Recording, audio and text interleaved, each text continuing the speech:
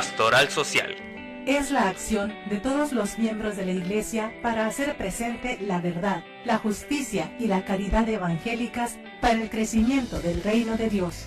Esto es el programa Pastoral Social. Conduce el Padre Ángel López Betancourt, sacerdote arquidiocesano de Tijuana. Bienvenidos.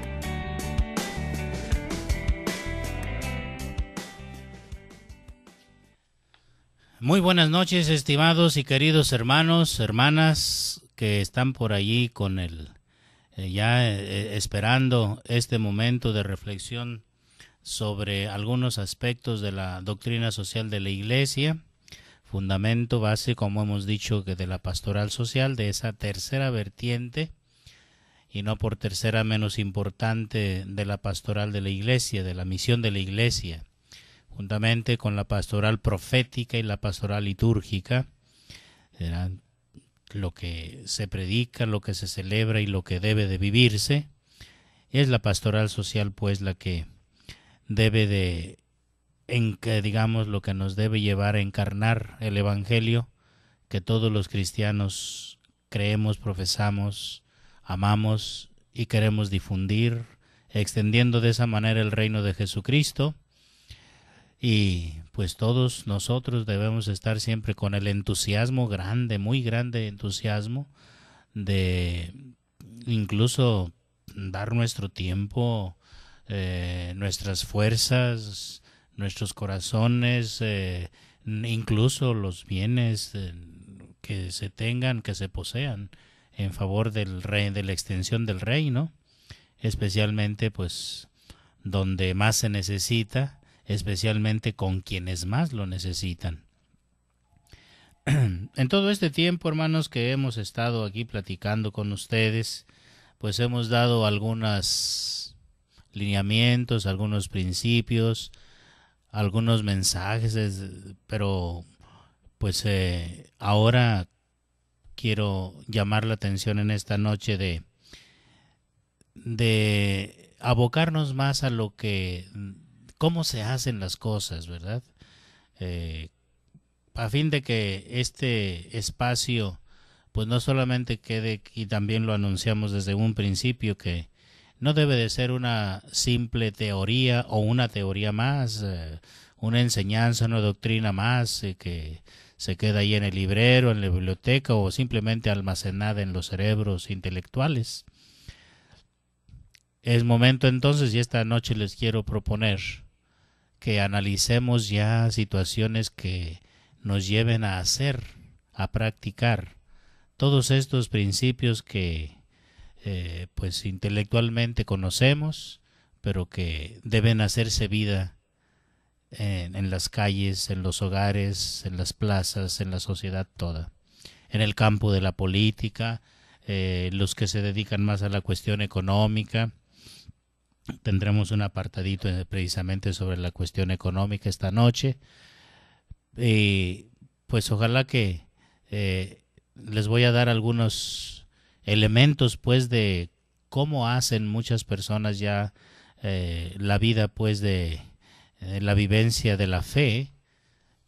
Estamos en el año de la fe, ¿verdad, hermanos? Y ya estamos por terminarlo. En noviembre próximo se terminará este año que proclamó el Santo Padre Benedicto XVI, ahora emérito, Papa emérito. Indudablemente que si nos remontamos a los principios de la Iglesia, una vez que nuestro Señor Jesucristo se fue al cielo y que envió al Espíritu Santo a sus apóstoles y que ellos comenzaron a difundir el Evangelio en todas aquellas partes del mundo entonces conocido, con aquella valentía, con aquel esfuerzo, con aquel entusiasmo, con aquella audacia. Y pues ahí tenemos ejemplos bonitos, fijándonos por hoy en las experiencias que San Pablo tuvo en todo lo que hoy es el territorio de Turquía, donde se ubican prácticamente todas esas 7 iglesias de las que habla el Apocalipsis. ¿Y cómo nacieron aquellas primeras comunidades? En casa. Y desde allá es donde se acuña el famoso término iglesia de casa. Es pues momento de que ustedes, estimados hermanos, hermanas que están en sintonía, comencemos a preguntarnos, bueno, ya muchas cosas sabemos que deben hacerse. Ahora debemos reflexionar y estar dispuestos a dar el paso que sigue. ¿Cómo vamos a hacer las cosas? Estoy seguro que muchos que están escuchando ya hacen algo. Y qué bueno sería que de repente pues compartiéramos lo que hacemos. Hay mucha gente trabajando, mucha gente haciendo ya cosas.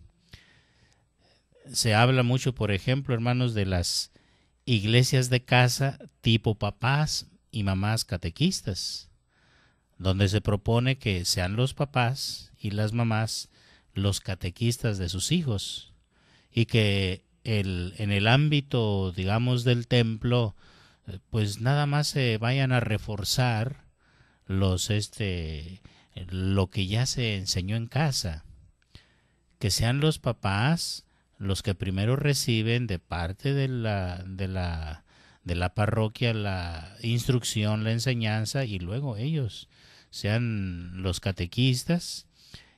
Que claro que hay que llevarlos al ámbito del templo, a los salones parroquiales, para que también tengan ese sentido de pertenencia a una comunidad parroquial, ¿verdad? Está, por ejemplo, la iglesia de casa tipo familia de un enfermo, donde pues son los mismos familiares del enfermo los que van siendo catequizados tal vez por los ministros extraordinarios de la Sagrada Comunión, o el mismo párroco, o los agentes de pastoral en la parroquia, que instruyan a aquellos que van a atender enfermos y que instruyan a los familiares de los enfermos, pues para que estén también metidos en el ambiente pues de oración y también de formación cristiana, de apego y no nada más el enfermo, que a veces pues está solo y recibe la comunión, y es un momentito a veces a bien poquito de 10 minutos, pero pues está solito, y todo el mundo allá los de la casa pues incluso mientras están ahí dándole la Sagrada Comunión, pues la gente de la casa ahí viendo el fútbol, viendo sus novelas, etcétera, completamente ajenos a ese momento de oración que pues no crean que el Señor les ofrece para toda la familia, no solo para el enfermo. Hay otra experiencia, jóvenes universitarios que trabajan en la evangelización, ayudando, yendo a misiones, preparándose en su parroquia para ir a evangelizar. Está la iglesia de casa tipo comunidad eclesial de base, que a lo mejor algunas de las personas que me están escuchando, estamos aquí platicando, pertenece a alguna comunidad eclesial de base, pequeña comunidad eclesial de base, donde se trata de verdad de vivir el Evangelio a semejanza de cómo vivió Jesucristo con sus apóstoles, cómo vivieron aquellas primeras comunidades con tanta alegría, con tanto entusiasmo, con tanto interés y preocupación de todos por todos, pero sobre todo pues por los que más necesitaban, por los pobres, por las viudas, por los huérfanos, por los que no podían asistir a la comunidad, discapacitados, enfermos, etcétera. Está otro tipo de iglesia, la iglesia en residencias. Y aquí hay tantos fraccionamientos residenciales, pues donde parece que no hay cristianos, no hay católicos, porque pues no los visitamos, no nos asomamos, nos da miedo con aquellas casonas y hasta parecen blindadas, etcétera. Y pues estos hermanos católicos pues lo único que tienen es de vez en cuando asisten a una ceremonia religiosa o les nace ir de vez en cuando a la Santa Misa a dominical, pero no tienen más, digamos, apoyo espiritual, religioso, etcétera.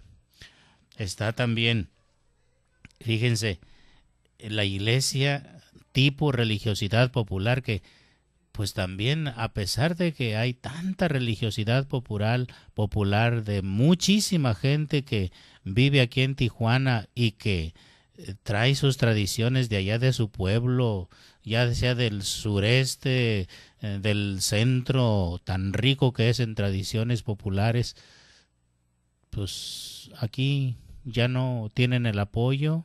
O sea, a todo mundo se le olvida sus hermosas fiestas patronales de aquel lado. ¿Y cómo pudieran entonces, ustedes que están escuchando, que son de Oaxaca, cómo revivir esa religiosidad popular? Los de Chiapas, los de Guanajuato, los del DF. Bueno, hay tantas cosas que pudiéramos hacer. Es decir, este primer momento lo he dedicado a invitarlos a que dejemos ya de solamente decir qué se hace o qué hacen los demás y empecemos a reflexionar sobre qué debemos hacer, cómo lo vamos a hacer y después platicar nuestras experiencias de cómo lo estamos haciendo. A eso tenemos que llegar, si no, pues nos estamos quedando en la pura teoría, en la pura enseñanza, que no nos lleva a ningún lado. Hagamos una pausa, hermanos, y continuamos. No se vayan. Pastoral Social. Regresamos después del corte con el padre Ángel López Betancourt en el programa de Pastoral Social.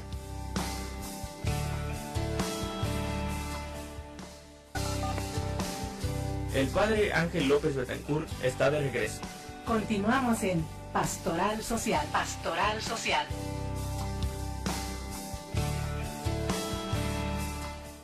Pues aquí estamos de regreso, hermanos, y les estaba platicando que urge ya que nos animemos a caminar en la acción, a trabajar muy duro, a ser, digamos, personas, cristianos, siempre en movimiento, siempre activos. Y bueno, pues el apostolado es tan diverso y tan eficaz, cualquiera que usted quiera, en cualquier área de la pastoral que usted trabajar, pues échele muchas ganas, capacítese, acérquese. ¿Qué vamos a decir? Vamos a proclamar que Jesucristo es el Hijo de Dios, Él es Dios, que es la palabra salvadora que nos llama a la conversión en comunidad y también a nivel personal, que nos llama a la misma conversión pastoral, como dice el documento de Aparecida. De manera que, hermanos, vamos animándonos a organizarnos, pues ya sea que ustedes que están entusiasmados escuchando,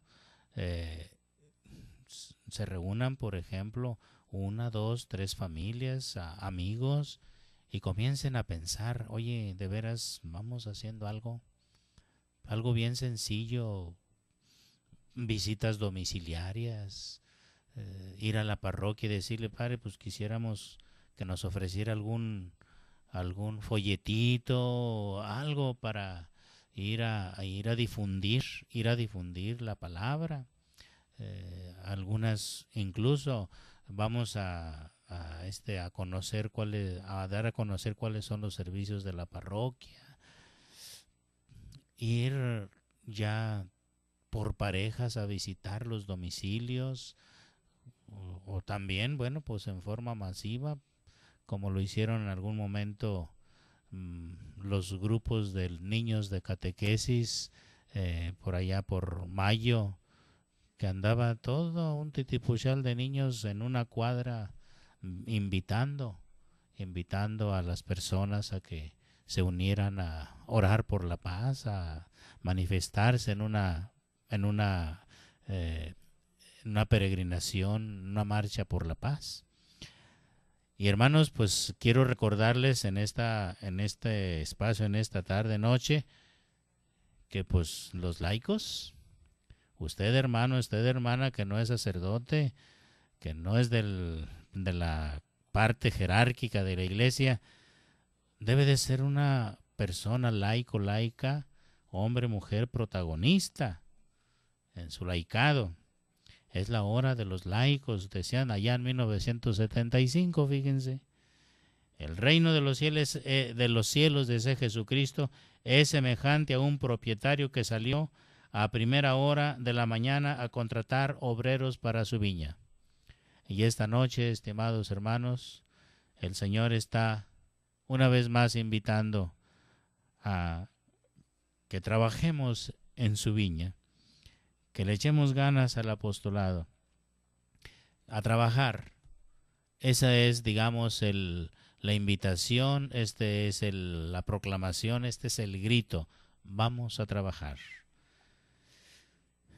La mayoría de ustedes, estoy seguro que yo siento que por el simple hecho de estar escuchando, estar interesados, algo tienen, algo ya conocen, alguna capacitación ya tienen. No la dejemos en el cerebro, no la dejemos solamente en el corazón, en buenos sentimientos, en buenos pensamientos. La acción es lo que más nos importa en este momento, y la sociedad, la misma iglesia necesita muchísimo. Y bueno, ¿por qué no hacer esta reflexión de que, pues como iglesia, desde el día de nuestro bautismo, todos le hemos de echar ganas a difundir el Evangelio, a extender el reino de los cielos, que es un reino de justicia? Hay que hablar mucho de la justicia. La Santa Escritura cientos de veces habla de la necesidad de ser justos, de proclamar, de defender, de generar justicia, porque pues no hay amor si no hay justicia. Y el fundamento del desarrollo humano, de la vida cristiana, es el amor. Y llevar ese reino al mundo político, al mundo de la cultura, incluso al mundo del deporte. El reino, que es un reino de paz, tan lastimada que está la paz. Ya ven ahorita cómo estamos por allá en el Medio Oriente, y por acá también nuestros hermanos que quieren entrarle a la batalla. Estamos en peligro, dicen, de una siguiente tercera guerra mundial.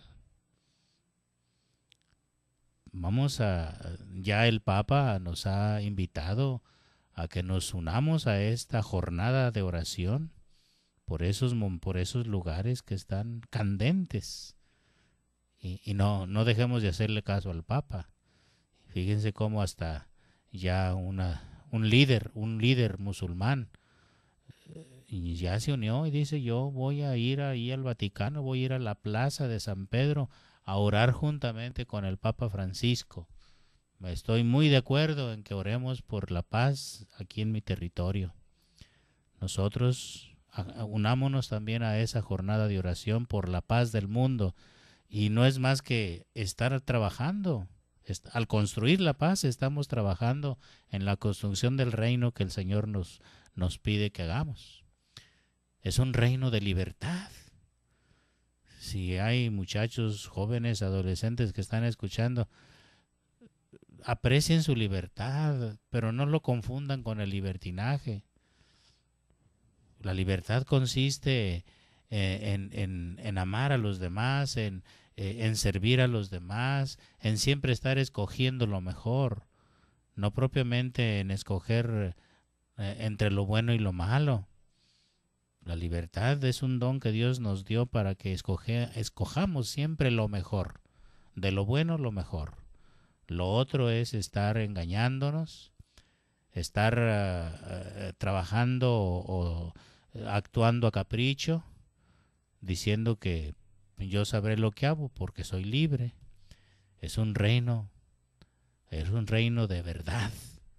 Hoy que tanto se tergiversa las cosas e incluso se malinterpretan a conveniencia, pues es necesario que hablemos con la verdad y que promovamos la verdad, que la cuidemos mucho en todas partes, en los medios de comunicación, en el mismo ámbito de la iglesia, en las familias, en las escuelas. Hay que promover un ambiente de verdad, de justicia, de amor y de paz. ¿Qué entendemos por laicos? Ustedes ya lo saben. Todos los que no son sacerdotes son laicos. Y todos ellos, los laicos y las laicas, tienen el compromiso de extender el reino desde el momento en que se comprometieron a través de sus papás y padrinos en el bautismo de ser fieles al Señor, de cumplir los mandamientos, la ley de Dios. Y eso es lo que todo bautizado tiene que hacer. Si usted no ha descubierto la importancia que tiene como laico, esta noche le invito a que reflexione sobre la gran importancia que usted tiene en la iglesia, en el desarrollo de la iglesia, haciendo iglesia en todo momento. Sobre todo, si usted pertenece a un grupo de iglesia, con mayor razón. No se limite a ir al grupo, a escuchar, a ver qué tema le dan ahora, a ver qué avisos le dan ahora, a ver en qué rifa le va a tocar participar, qué venta qué van a vender el domingo, porque si a eso se reduce su presencia en el ámbito del templo, estamos cayendo en el problema de que mucha gente que está dizque cerca de la iglesia, de hecho es una gente alejada porque no conoce su religión, a pesar de estar ahí metida, como dicen a veces y lo critican otros, metido en la sacristía toda la vida. Vamos en acción, que es lo que el Señor nos pide. Hay que caminar. Es un valle de lágrimas, pero hay que caminar con entusiasmo, cantando con salmos y oraciones, como dice el Señor, como dice San Pablo. Bien, pues hemos terminado ya con el segundo segmento. Les invito a que respiren hondo y los espero en el siguiente segmento. Pastoral Social.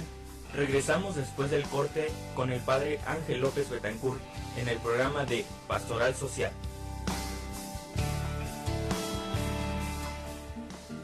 El Santo Rosario es una oración profundamente bíblica, puesto que cada misterio nos presenta un instante específico del plan de salvación, comenzando por el misterio insondable de la encarnación del Hijo de Dios, hasta el triunfo final del Cordero. Es también un medio para meditar y aprender de Jesús y de la Virgen María, sobre muchas virtudes necesarias para la madurez cristiana. Te invitamos a compartir el rezo del Santo Rosario todos los días a las 12 del mediodía, junto con el Ángelus. Saludemos a nuestra Madre del Cielo imitando al ángel de Dios, para que ella, la humilde sierva, nos bendiga siempre. El Santo Rosario, todos los días en punto de las 12 del mediodía. ¿Cómo lograste entrar a Dios en mi hogar? Para ti, que no puedes asistir a la celebración de la Santa Eucaristía por enfermedad, por distancia o por algún otro inconveniente, vive con nosotros la celebración de la Santa Misa, todos los días a las 6 de la tarde en www.tjcatólico.com.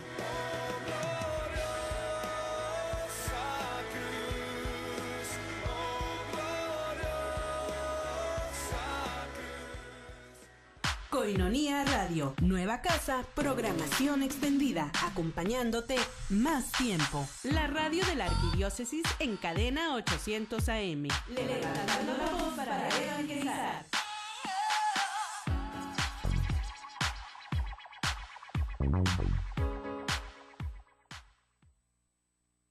Sé parte de nosotros, sé amigo de Koinonía, donde tendremos convivencias, misas, oración ferviente. Y recuerda que gracias a ti evangelizamos día a día. El padre Ángel López Betancourt está de regreso. Continuamos en Pastoral Social. Pastoral Social.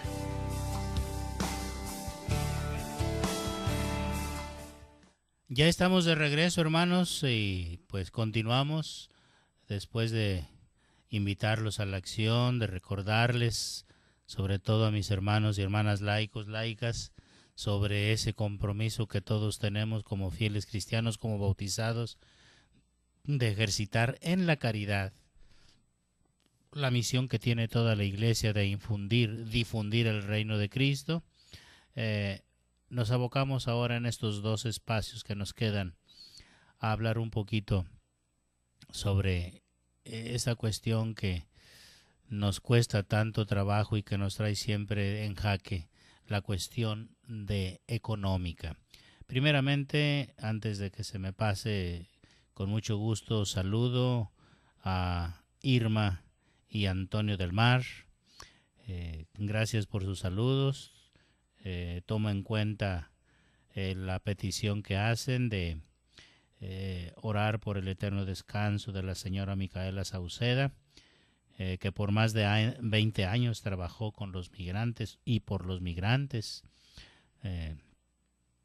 Y bueno, pues es una ocasión para invitarlos diciéndoles que pues ya en algo concreto qué voy a hacer y cómo lo voy a hacer, y después platico cómo lo estoy haciendo. Asómense a la casa del migrante o a las casas de los migrantes, porque no nada más está la casa del migrante que está en la colonia postal, tanto para el espacio, el edificio para los hombres como el de las mujeres, que se llama la Casa Madre Asunta. También está la casa de los migrantes, ahí junto a la central camionera que atienden las hermanas misioneras de la caridad. Está otra casa del migrante que unos hermanos cristianos atienden. Bueno, hay varias experiencias, ¿verdad? Gracias pues, Antonio, gracias Irma por sus saludos, y pido su oración de siempre. Yo sé que cuento con ella y Dios los bendiga. Y decía, hablando del dinero, muchos vivimos en carne propia la dificultad para terminar un poco de dinero cuando en la quincena pues ya no hay. Ahorrar ni pensarlo. Un gusto así de vez en cuando, que sea chiquito, pues a veces la gente necesita endeudarse para darse ese gusto. Esa frase de el que nada debe, nada tiene, pues describe la realidad que a diario pues a todos nos tiene así, con el Jesús en la boca, como dicen algunos. Comer, vestir, transportarnos, tener acceso a la educación a todos los niveles, divertirnos y poder crecer como personas, son necesidades primarias y tenemos derecho a cubrirlas de manera total, pero no alcanza el dinero. El salario mínimo cada día es más mínimo. El precio de los alimentos aumenta por diferentes razones y pone en peligro la nutrición de miles y de millones de personas. Los especialistas coinciden en afirmar que el problema no es falta de producción, no, es mala distribución, y eso es mucho más grave. De repente nuestras autoridades se alegran de que algunas inversiones lleguen a nuestro país, porque nuestra mano de obra es ya más barata que en China, donde los trabajadores tienen ahora un mejor nivel de ingreso, pero no toman en cuenta que cada día es más difícil para esos trabajadores y sus familias el sobrevivir con dignidad. El destino universal de los bienes, principio de doctrina social de la Iglesia, que en algún momento, al menos así a grandes rasgos, tocamos y en el cual reflexionamos, nos dice que somos administradores de toda la creación, de los bienes que tiene la creación que Dios lo dispuso para todos, y que por lo tanto los bienes, todos los bienes de la creación deben compartirse. La concentración de muchos recursos en pocas manos, el desperdicio y el consumismo donde todos le entramos, pues ayudan a que estos sistemas de injusticia se agranden cada vez más, donde hay pocos que tienen todo y de sobra, y muchos que no tienen, incluso no tienen nada. Por lo tanto, es urgente que nos replanteemos como sociedad cómo hay que ayudar a nuestras autoridades, cómo pedirles a nuestras autoridades, exigirles a nuestras autoridades a que se esfuercen y que todos le entremos allí a pues, encontrar maneras de cómo distribuir de manera equitativa los abundantes recursos que hay todavía por ahí, con los que cuentan precisamente, sobre todo aquí nos abocamos a nuestra sociedad, a nuestro México, a nuestro país. Hace falta, hermanos, que tengamos un sentido ético bien claro, bien cimentado y profundo, donde todos los que no tienen y los que sí tienen, que hagamos lo posible por no darle tanta prioridad a lo superfluo, con el afán de llegar a solucionar y a tener, digamos, la cuestión básica, atender las necesidades básicas. Es muy importante que todos nos demos cuenta de que hay que estirar lo más que se pueda, lo poquito que se tenga en las manos. Y siempre tener el sentido de tener prioridades en las mismas necesidades, fíjense. A veces, pues aunque me duela, pues tengo que hacer lo posible por privarme de esto, porque es más importante aquello. ¿Qué enseña la Iglesia acerca de lo que es el salario justo, no el salario mínimo, que es una cosa distinta? Dice el Compendio de Doctrina Social de la Iglesia, precisamente para buscar una solución a esto que no alcanza para nada: el salario es el instrumento que permite al trabajador acceder a los bienes de la tierra. La remuneración del trabajo debe ser tal que permita al hombre y a su familia una vida digna en el plano material, social, cultural y espiritual, teniendo presentes el puesto de trabajo y la productividad de cada uno, así como las condiciones de la empresa y el bien común. El simple acuerdo entre el trabajador y el patrono acerca de la remuneración no basta para calificar de justa la remuneración acordada, porque ésta no debe ser en manera alguna insuficiente para el sustento del trabajador. La justicia natural es anterior y superior a la libertad del contrato. Esto, la verdad que es bastante delicado, porque con mucha frecuencia nos encontramos con salarios que no son justos. ¿Y por qué? Pues porque sencillamente no se ve por dónde se esté tomando en cuenta el tiempo que se está dedicando a eso, las horas que se invierten ahí, el trabajo que se hace, la responsabilidad que tiene el trabajador, etcétera, tantas cosas.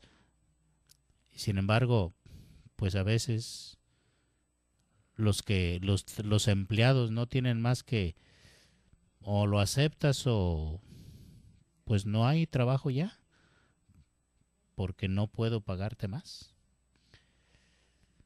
El trabajo formal dice el documento de Aparecida, los obispos latinoamericanos, sometido a la precariedad de las condiciones de empleo y a la presión constante de subcontratación, lo que atrae consigo salarios más bajos y desprotección en el campo de la seguridad social, no permitiendo a muchos el desarrollo de una vida digna. ¿Cuánta gente no tiene seguro social? ¿Por qué? Porque su patrono jamás se le ha ocurrido darle el espacio al seguro social y el empleado pues tampoco lo exige. O sea, es una concientización de los dos lados. Si usted es patrón, tome en cuenta eso. Pero si usted es empleado, platique con su patrón y hágale sentir la necesidad de que lo proteja. Bien, pues vamos a hacer una pausa y luego continuamos.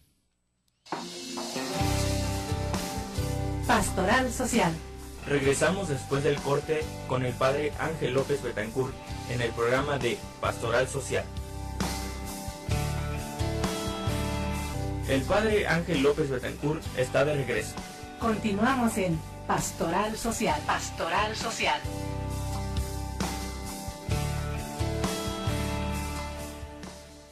Pues estamos de regreso, estimados hermanos.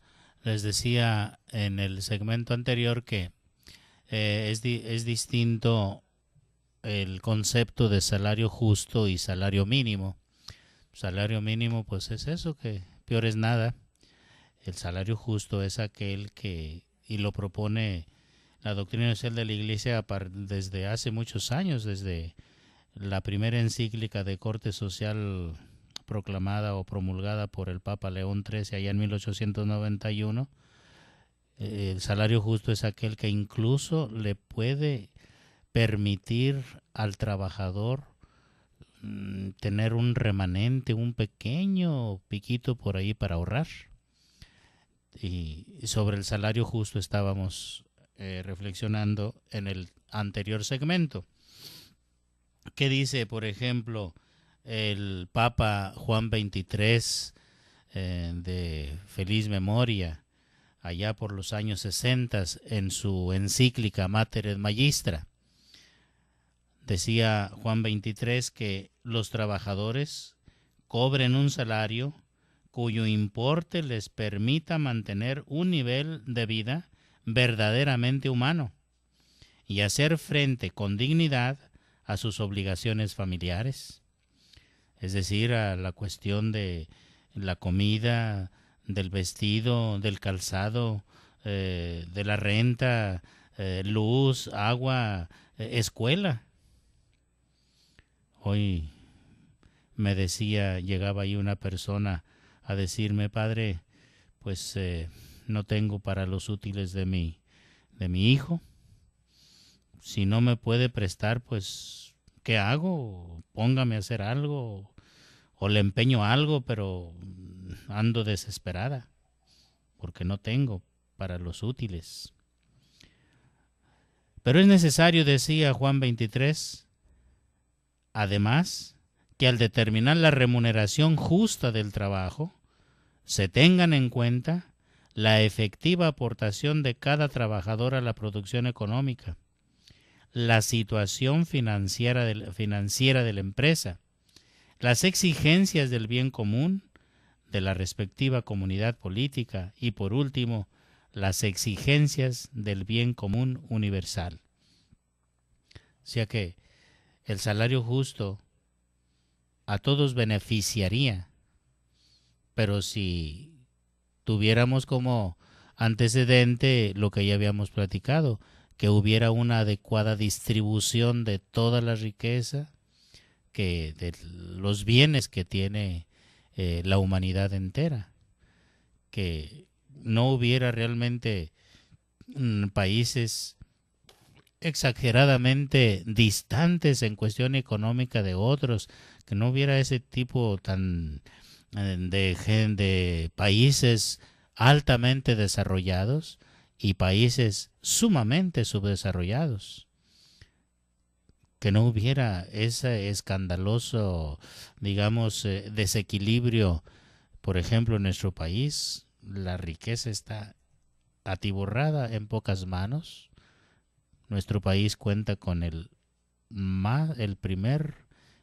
hombre que tiene más dinero en todo el mundo, y tenemos muchísimos millones en extrema pobreza.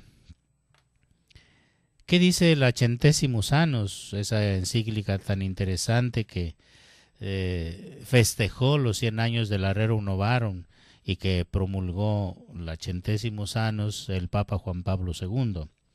Dice: el salario debe ser, pues, suficiente para el sustento del obrero y de su familia.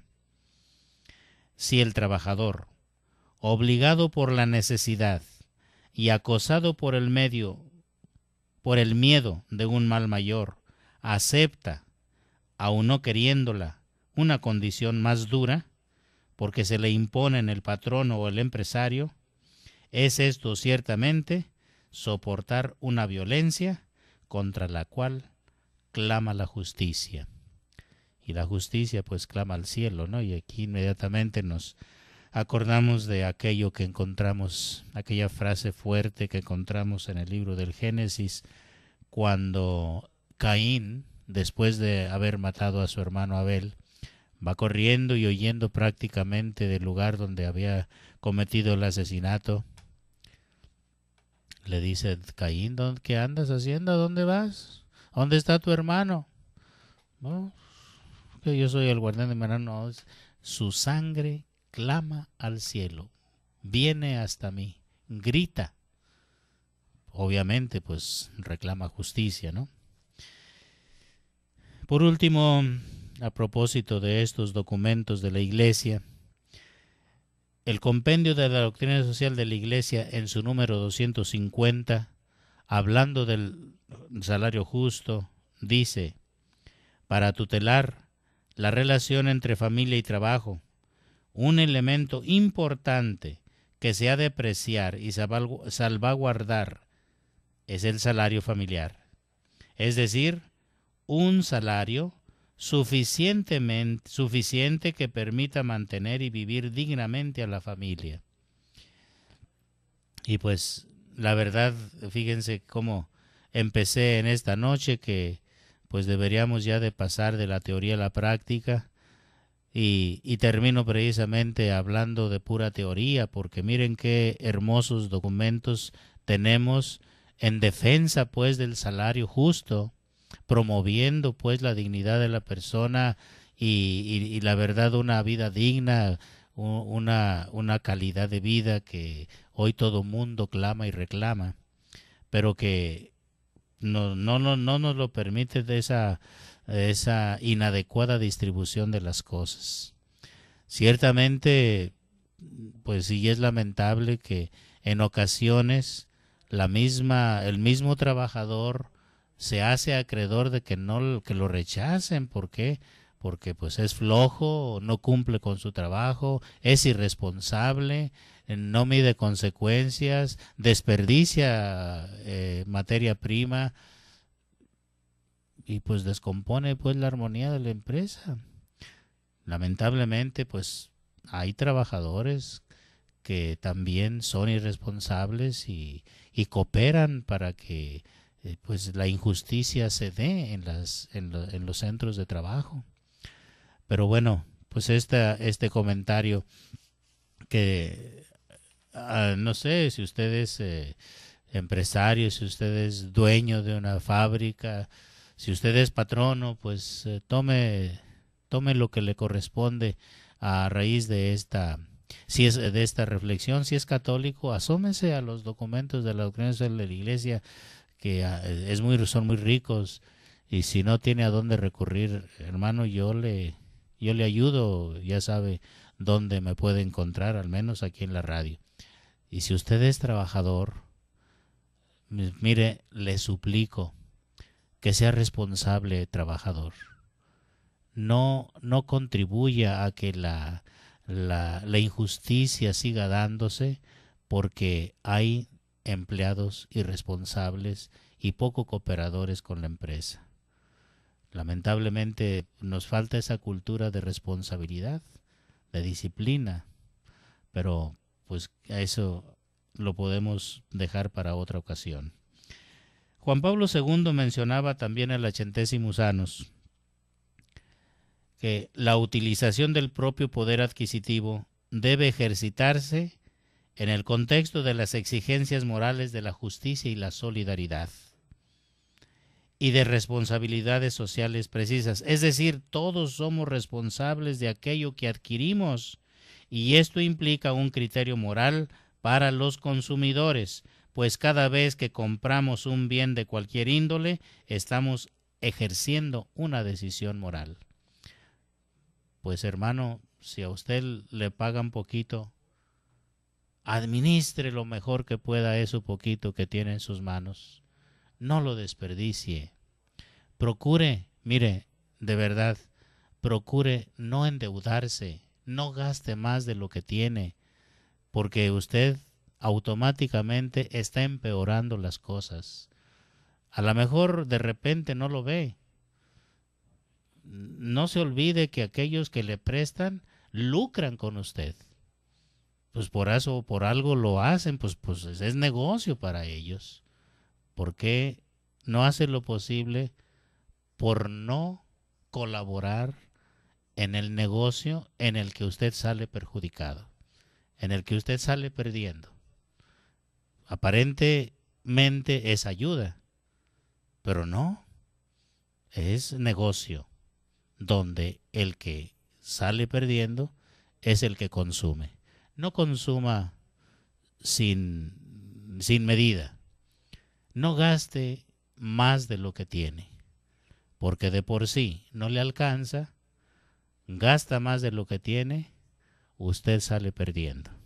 Pues hermanos, buenas noches y que Dios los bendiga, y por ahí nos encontramos. Oremos unos a otros, porque el poder de la oración es segurísimo, es eficaz. Muy buenas noches, que Dios los bendiga. Gracias por habernos acompañado este día en tu programa de Pastoral Social. Recuerda, es Dios quien ha formado un pueblo en comunión con Él y con los hermanos, pueblo santo, universal y consagrado a Él, que debe vivir la comunión y la solidaridad, sobre todo con los más débiles. Pastoral Social te espera la siguiente semana en Koinonia Media, www.tjcatólico.com.